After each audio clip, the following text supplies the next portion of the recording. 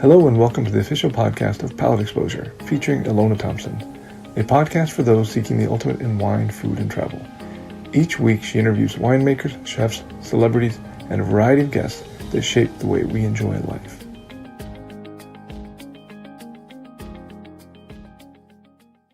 Because our price point at $195 a bottle, that's a lot of money for somebody to spend on a bottle of wine.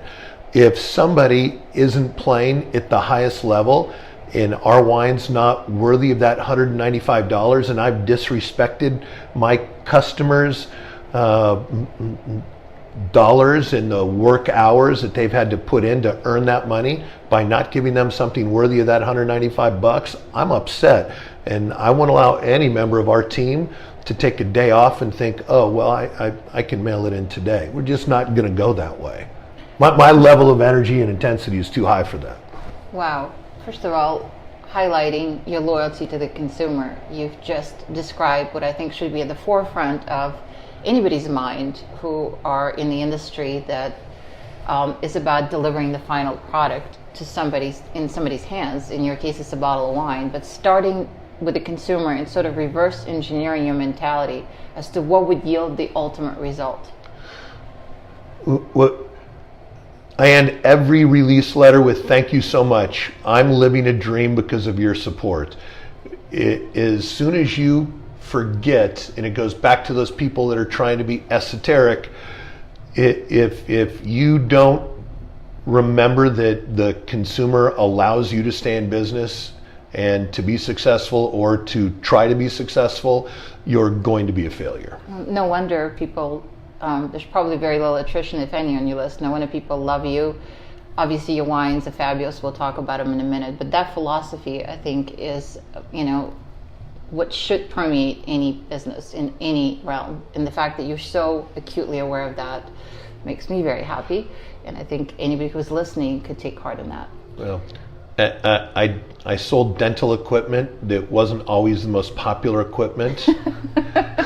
And you learn to be thankful for your customer base, and you make sure you never dishonor them by giving them something less than what they deserve. Wow, that's fantastic. Let's talk about your mentors a little bit. I know you mentioned 3 of them, but there had to have been other people along the way that shaped your vision and your practice. Greg LaFollette easily was my most important mentor. Nobody comes close to the gifts he's given me.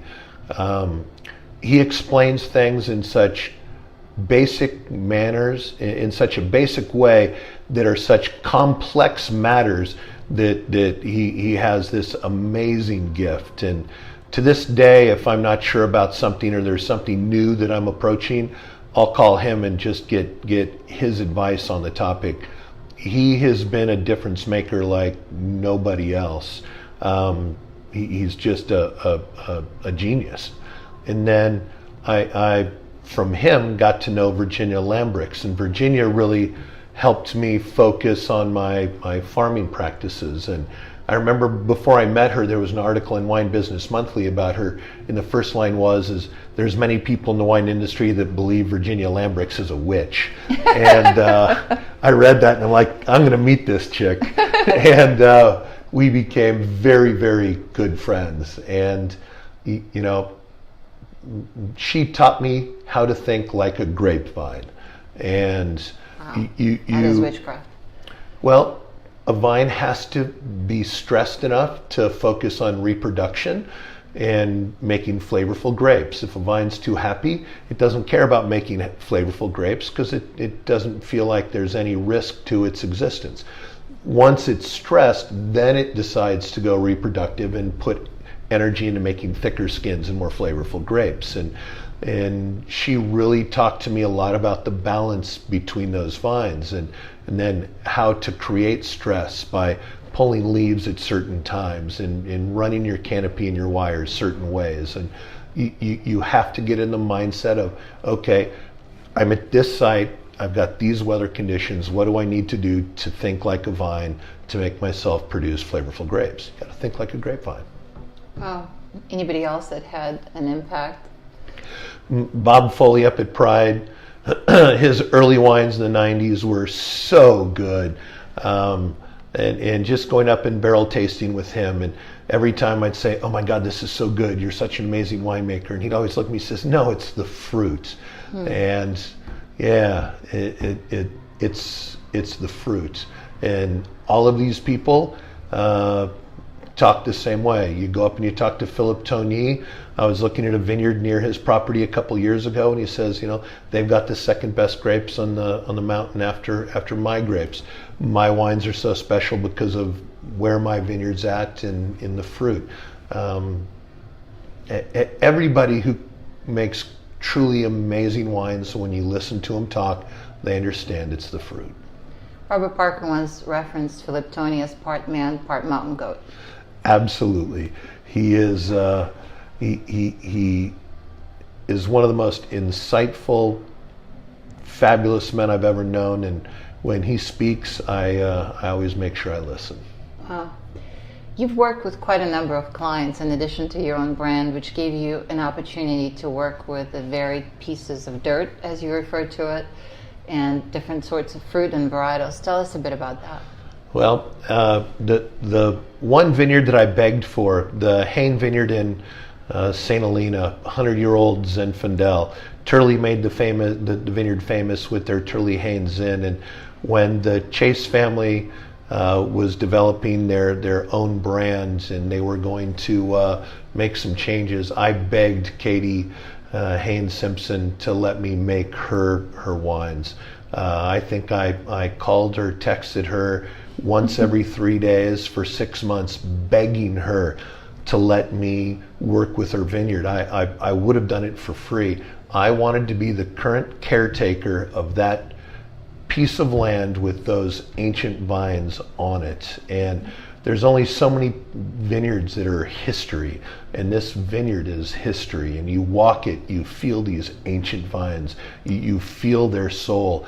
And to be able to now that they're at their tail end at 115 years of age, be the person who's responsible for the farming decisions and the winemaking. It's absolutely awesome, and I cherish it. Every time I go out to that vineyard, I walk around and I giggle. It's like, holy crap, do I really get to do this? It is an absolute dream come true. And if you don't get excited by your vineyards, I think it shows in the wine. Wine knows when it's loved. It knows when its dirt's loved. It knows when it's loved. Russell's being modest, but you've made wines for some really famous brands in Napa Valley. If you'd like, you can mention a few that really helped you hone your skills as a winemaker, and maybe even offer some revelations along the way. Well, you know what's even more fascinating to me is I'm looking now at where I started. We've had some interns that have worked for us that are now making their own wines, that are making fabulous wines. We've got 2 people on the winemaking staff now that are making wine, Michael Saviano and Caitlin Hertzler. And what's awesome is I never want to hire somebody to be on my winemaking team who doesn't someday want to have their own brand. And watching these young, incredibly bright people take fruit that you've been working with as well and craft their own examples. And both Michael and Caitlin this year made wines from the Tench Vineyard, and all 3 of our wines are so different, and we used similar styles, but they're just completely night and day apart from each other. And it's awesome to be able to help the next generation come up and make their wines and show them what you would do, and then let them take their own pathway and see what happens. And the future of Napa is bright. Most of this valley is about to be replanted over the next 10 years because of red blotch and some of the other bugs that are out there. And I think the farming practices are getting better, and there's so many really bright young people who want to make wine here. The challenge is grapes are now so expensive that there's not a lot of opportunity for them. They need to find entry-level vineyards and work their way up. And there's so many hungry young minds and so little fruit that competition will ensure that the best and the boldest and the people willing to make big moves are going to get to the top. Good news for the consumer. They can certainly be assured that what's coming out of Napa Valley, particularly under your mentorship, is going to be top-notch. There's a lot of complaining about pricing going on, but there's a validation that you just offered that's important, that it's worth it. Well, people should be complaining about pricing on a lot of wines because there's a lot of mediocrity coming out of Napa. But for instance, I have one vineyard that I work with where last year it cost me $197 per bottle for the grapes. Ouch.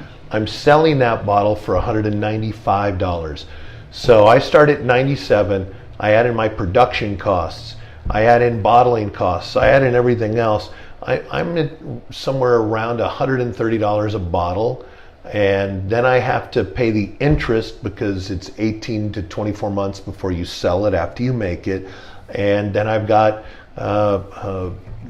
carrying costs and everything else. And people think there's a lot of money being made at $195 a bottle. Not every bottle. Wow. There's times when it's tough to not raise your price over $200, and people think, oh my God, you've got to be making a fortune.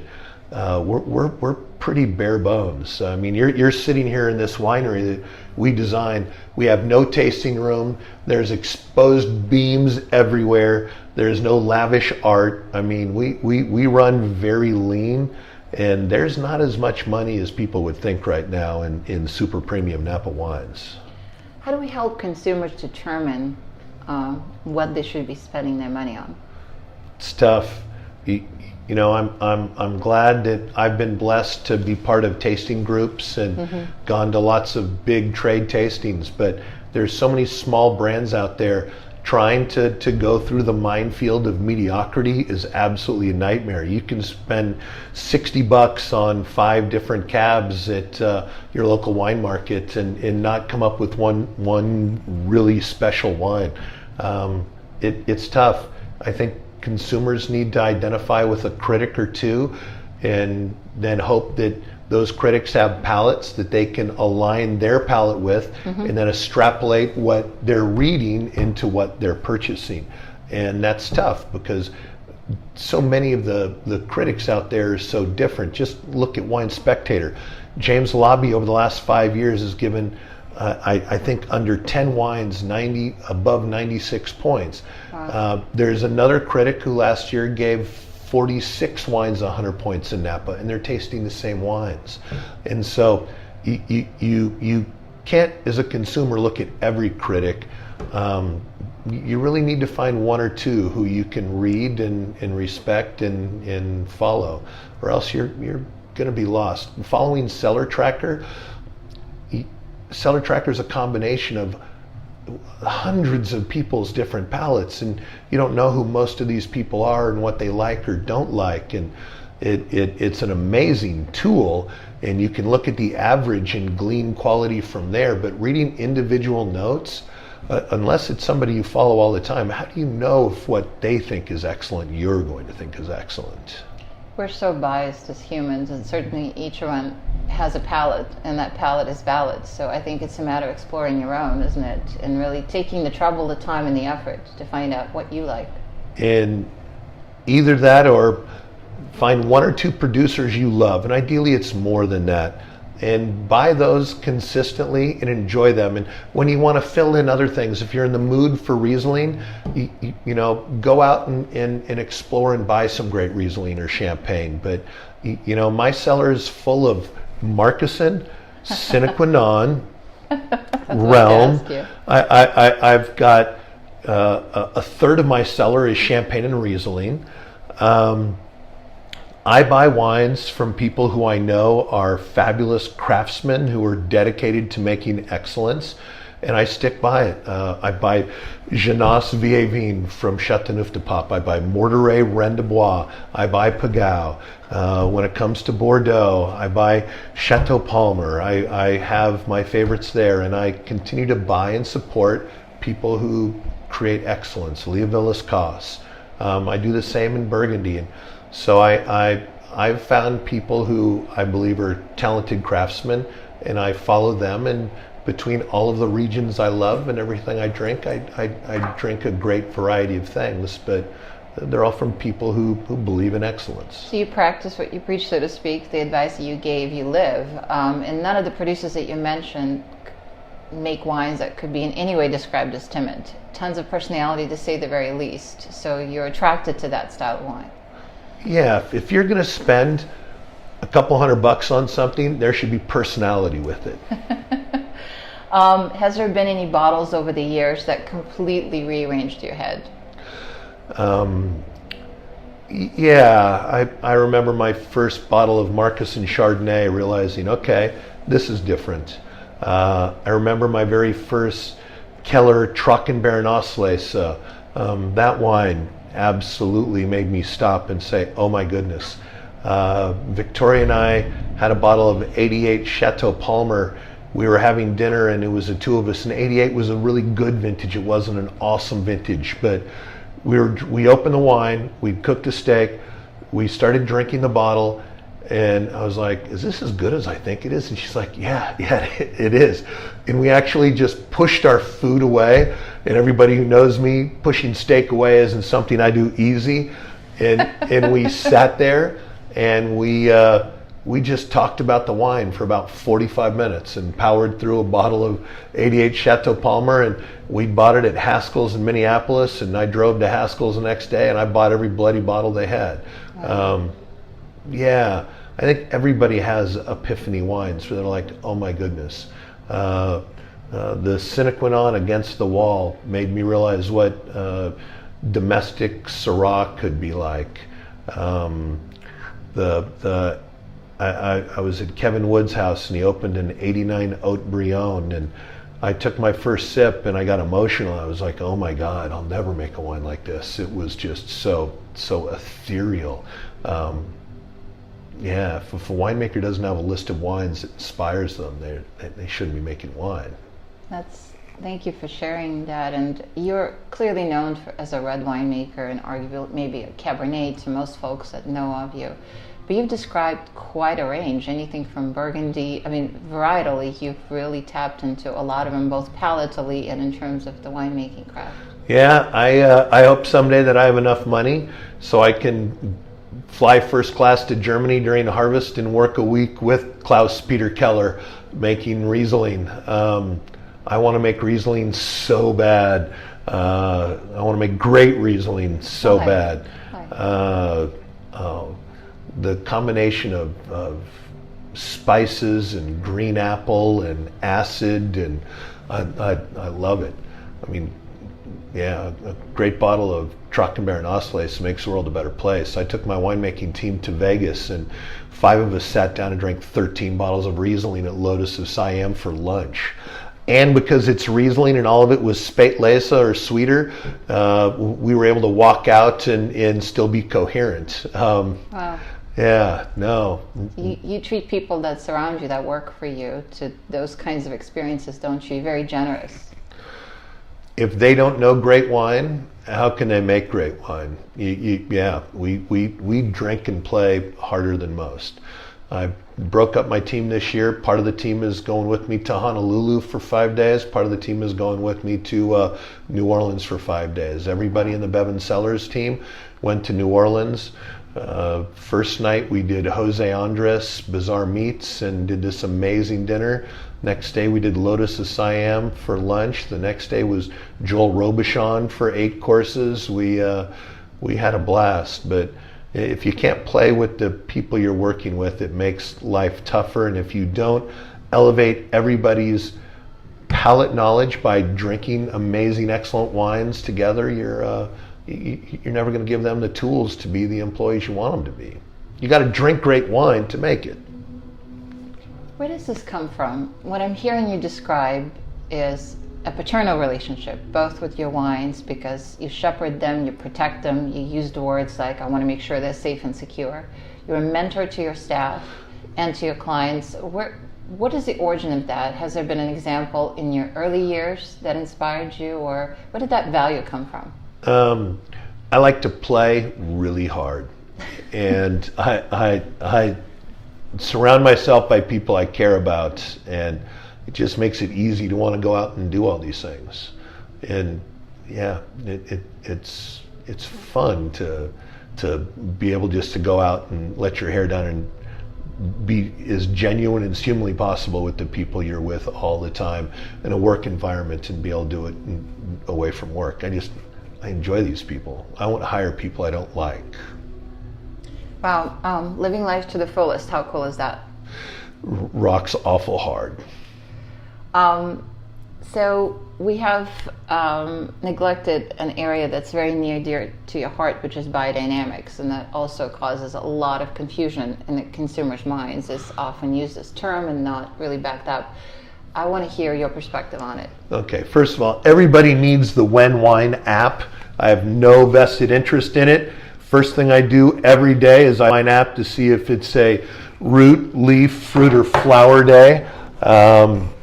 I don't drink great wines on root days very often. I'll open a great bottle on a fruit day just because it's a fruit day. And that's just based on the barometric pressure. When it comes to farming, biodynamics I think are so incredibly important, and none of it has to do with any of the voodoo stuff that people love to talk about. Burying a horn full of poo or something else in your vineyard doesn't do anything for the vineyard at this point in time. But not adding chemicals to your vineyard does something for the vineyard. Taking your vineyard and having to spend the amount of time in it to do all of the treatments that biodynamics requires adds something to it. To farm biodynamically, you have to be on your site and spending time in it. You have to know it, and you're not adding horrible chemicals to it that are going to long-term take away the ecosystem that is a vineyard. And so I believe in biodynamics because I want to reduce chemicals used on a property, and I love being in the vineyard, and farming biodynamically puts you in your vineyard, and it protects it from dangerous chemicals, and a lot of the nutrients we add are horrible. People are like, oh, your vineyard's biodynamic, so if the water runs off into the stream, that's okay. That's not okay. Because if you add so much compost, you're then going to have all that nitrogen going into the stream, and too much nitrogen in the stream is going to knock the stream's ecosystem off. That there's more to being a good husband to the environment than just farming biodynamic or organic. And as much as I want to farm everything biodynamic, we're sitting here at Tench. I can't farm Tench biodynamic because I've got one neighbor over here who's got a horribly diseased vineyard, and there's a couple forms of bugs that live in this area that are going to jump from his property to my property. So I have to clear vegetation. I have to use a few pesticides to kill these bugs to protect my financial investment. And it goes back to what I was saying earlier. If you're not honest and protective of the business, if you're not taking care of your business entity, you can't do anything else because you got to pay the bills. Absolutely, and you're so aware of land being such a live partner in your world. Everything that you say permeates in that sense. Great grapes come from living plants. Yeah. So what's in store for the future of Bevan Cellars and Russell Bevan? Right now that we've grown as much as we have, it's now solidifying ourselves until we go to the next step. You know, we're still looking at properties to purchase. If we could find the right piece of dirt for the right price, we'd love to continue to add assets. If you don't control your grape sources long term, your brand has no stability, and so we're looking at that.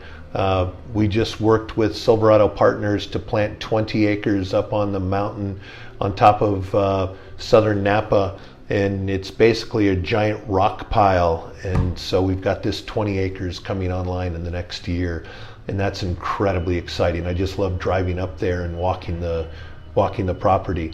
So we're going to have some planned growth, but right now we've grown so fast we need to just take some time and stabilize everything and make sure that our base is still solid before we go on and make the next move. Do you ever see yourself stepping away from land ownership, or will you forever be connected to the vineyard? I would step away if at some point in time and we were older and we had to sell Bevan cellars, or we decided to sell Bevan cellars, because I'd want the brand to have continuity. I'd want the vineyards and the vineyard designates and the people's verticals to continue. But no, I certainly want to own land and be on the dirt, live on a vineyard that I own. Even if I'll make wine till I'm done. That there'll be a vintage in barrel the day I die. You made your home in Sonoma, but you really spend the lion's share of your time in Napa. Is that correct? I do, but we also have a home in Yountville now, so I have a place literally 3 miles from here, so I can. I don't have a long commute every day. You said the Napa future is bright.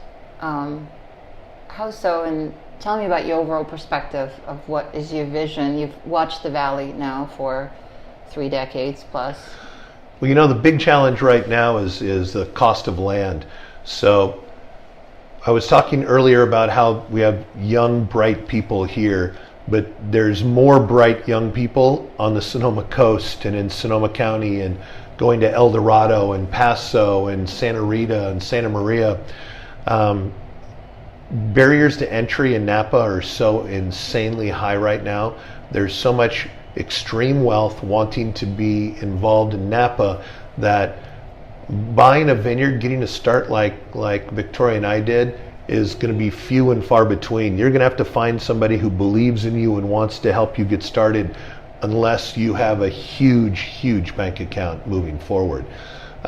Because there's so many people with so much money coming in, that's why I think so much of the valley will end up being replanted, because these people you're not going to spend $1 million an acre and then make mediocre wine. You're going to demand excellence to meet your investment. At least I assume people would. If they've been successful enough in other industries to have the money to buy this land, they're going to want to do things that are special. That's why I think that there's going to be mass replanting, and we're going to fix row orientation and put drainage into vineyards that have heavier soils. And I think that the next quality wave is coming. And then I want to address global warming because it's a huge issue, but the technology to mitigate heat is out there. Up at Sentinel Ridge, we now have pulse misters in the vines. So instead of having misters in the vineyard for frost protection, up there we've got it to cool the fruit. So any day that it's over 96 degrees in the fruit zone, these pulse misters cool the vines down. Because normally when a vine gets above 96 or so, the vine will shut down and they won't produce flavors anymore. So we're putting the misters in to cool them, to keep the vine going 24 hours a day. We're using shade cloth to reduce late season UV penetration into the fruit zone to avoid shriveling. We're planting things with the right row orientation. So global warming is a concern, and I keep hearing people saying, oh, well, they're going to be growing Cabernet in Oregon soon. Well, that's garbage. That's not happening. But if you do have a warmer site in Napa, if you're up in Calistoga, you have to change your mindset to do things the right way. And all of those things are happening, and they're happening at a pretty quick rate. And so I think that with the improved science and improved farming techniques and how we know how to mitigate heat, I think that we're going to continue to see a big increase qualitatively in Napa. So the best days are in front of us. Global warming's a concern. The fires were horrendous, but we know how to manage the heat, and our dirt matches the base climate better than any place else, and that's why we make the best wines when we've got a good vintage. So what you're saying is that rather than being emotional and sometimes even hysterical about it, take deliberate steps to address it, and there's a means to make it better, which is what you're looking for. Absolutely. The world's not going to solve global warming anytime soon, and I'm a huge advocate for fighting climate change, but realistically, it's not happening anytime soon. The world's not going to change what it's doing. The super tankers that run on crude fuel that go from China to the United States that create more air pollution, those ships and all of our cars in a day, aren't going to change what they're using for fuel. The global warming issue is not going away anytime soon, so we need science to address it, and we need to be smart about what we do to offset and mitigate it. If you had the ability to get the world to stop for 15 minutes and just listen to you, what would you want your message to be? My politics are extremely liberal. I believe there's too many human beings on the planet. The carrying capacity has been exceeded. We need to start with just reducing overall pressures on the planet, and there's so much pressure on it that things like global warming are just going to continue to happen. But when a whale washed up in Monterey Bay with 50 pounds of plastic in its stomach the other day, and that's why it died, I mean, that there's just so many people creating so much pollution and garbage. It's horrific. Well, I can see in your eyes that you really care, and that even though your home is in Napa Valley and you get to do beautiful things with your hands, challenging but beautiful, you're very acutely aware of the rest of the world and the bigger picture. In that spirit, I know you went to Jesuit College, and you have very strong values that probably took root back then. Can you talk a little bit about that?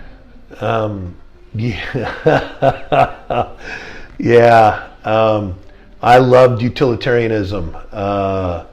When I was in school, John Stuart Mill was my favorite philosopher, and I just know that you can only have so much competition amongst people, races, religion, for so little land, and that's going to impact everything else. And we're just at a point in time where if people don't start making common sense decisions for the future, we're all in a world of hurt.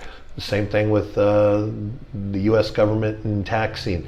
We spend so much. The debt on future generations is going to be legend. They're going to be burdened with the interest payments on everything we're doing right now, and we have to stop spending money. I mean, people have to stop being so assertive that we're stealing from the next generations. Whether it's pollution, whether it's spending, the way we abuse the land. If a young person is listening right now that's very attracted to the prospect of having a career in wine, what advice would you give them? Drink a lot. Then they need to join your team. Spend every dime you had. So I remember in 1997, Victoria and I, our combined incomes, I don't remember the exact amount, but it took our car payments, our rent, our power, our food bill, and we took everything together, and we spent more money on wine than we did everything else. And so if you look at the concept of it takes 10,000 hours to master something, I was blessed that I had the best wine tasting group that a person could ever hope for. We drank the best wines in the world all the time, and I developed a palate by drinking, tasting, drinking, and you have to drink great wine to know how to make great wine, or you won't have the palate to do it. Describe wine as a powerful teacher, clearly, and a mentor almost. There's a liquid mentor in this conversation that's very present. And wine makes me more attractive and charming. So it's no, a thoughtful person can get so much out of a bottle of wine.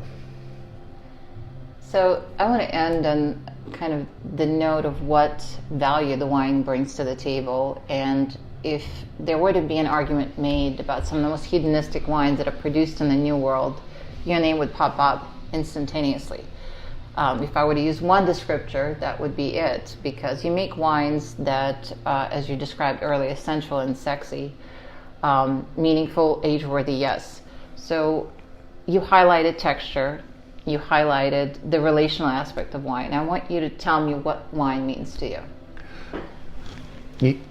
You know,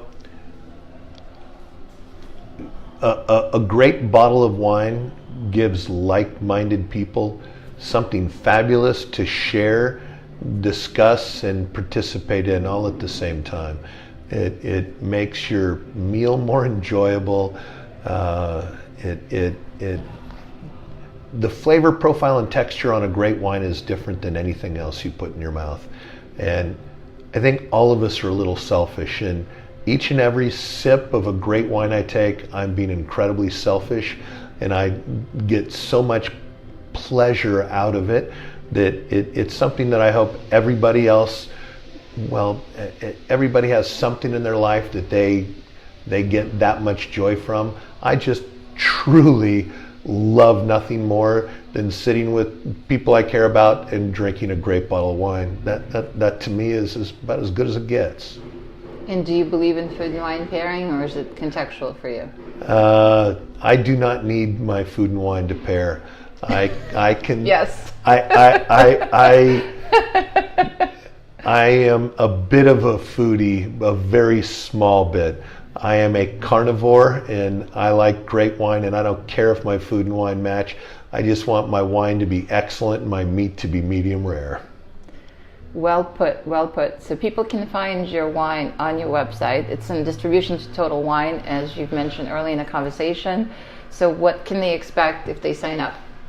Well, we're going to give you as much bang for the buck as you get from anybody else. I make sure my name is on the bottle, that you're getting as much value from a bottle of Bevan as you can from anybody else. I won't disrespect your hard work and the effort you take to make money if you're going to spend it on a bottle of Bevan cellars. Everything we make is expressive. We have big wines with big textures and flavors. Each bottle has a big old dose of love. Beautiful. And it is possible to sign up for your list. It's not closed yet. No, we're making new wines every year that we make available just to people that are new, and we make sure that everybody can get wines. There's some of them allocated to people that have been on the list, certainly, but we always have wines that are available. Well, that's good news, because I happen to know that your wines are not easy to come by, so going direct is really the way to go. And I know that every wine that winds up in somebody's hands would have a piece of your heart. Yeah, I hope so, and thank you so very much for giving me all this time today, my dear. Thank you, Russell. It's been a pleasure. Thank you. Thanks again for tuning in to the official podcast of Palate Exposure featuring Ilona Thompson. We'll see you again next week.